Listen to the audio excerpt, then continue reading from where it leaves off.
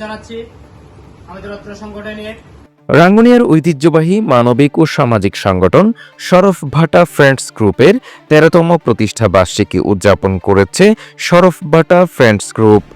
১ August শুক্রবার হামিদ শরীফ মার্কেটের দ্বিতীয় তলায় গ্রুপের প্রধান কার্যালয়ে আয়োজন করা হয়।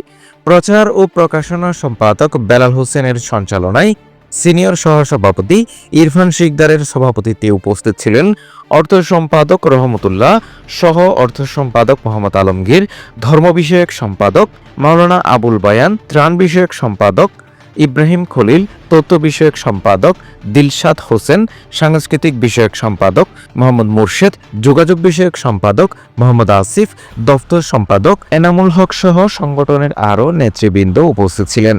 এছাড়াও মধ্যপ্রাচ্যের দেশ ওমানেও পালিত হয়েছে ১৩তম প্রতিষ্ঠা বার্ষিকী। ওমানের বারাকা অঞ্চলে একটি রিসোর্টে আয়োজন করা হয়। সহসভাপতি খুরশেদ আলমের সঞ্চালনায় সাধারণ সম্পাদক মুজাহিদ বিন আলীর সভাপতিত্বে প্রধান অতিথি হিসেবে উপস্থিত ছিলেন মানবিক সংগঠন পটিয়া প্রবাসী ক্লাবের প্রতিষ্ঠাতা শহীদুল ইসলাম ফরিদ।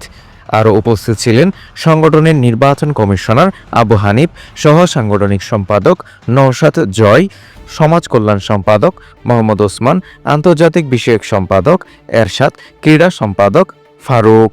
এছাড়াও আরও উপস্থিত ছিলেন সিনিয়র সদস্য মোহাম্মদ সাগর, মোহাম্মদ জসিম, শফিউল আলম সহ সংগঠনের নেতৃবৃন্দ।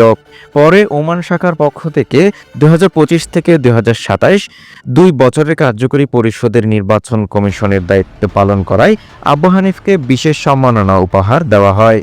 এছাড়াও সংযুক্ত আরব আমিরাত দুবাইতে একটি হোটেলের হলরুমে পালিত হয় ১৩তম প্রতিষ্ঠা বার্ষিকী।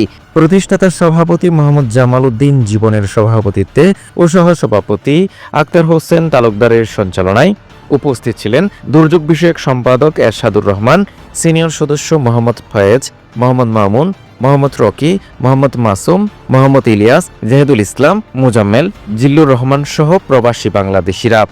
অনুষ্ঠান শেষে নৈশভোজে অংশগ্রহণ করেন আগত অতিথিরা।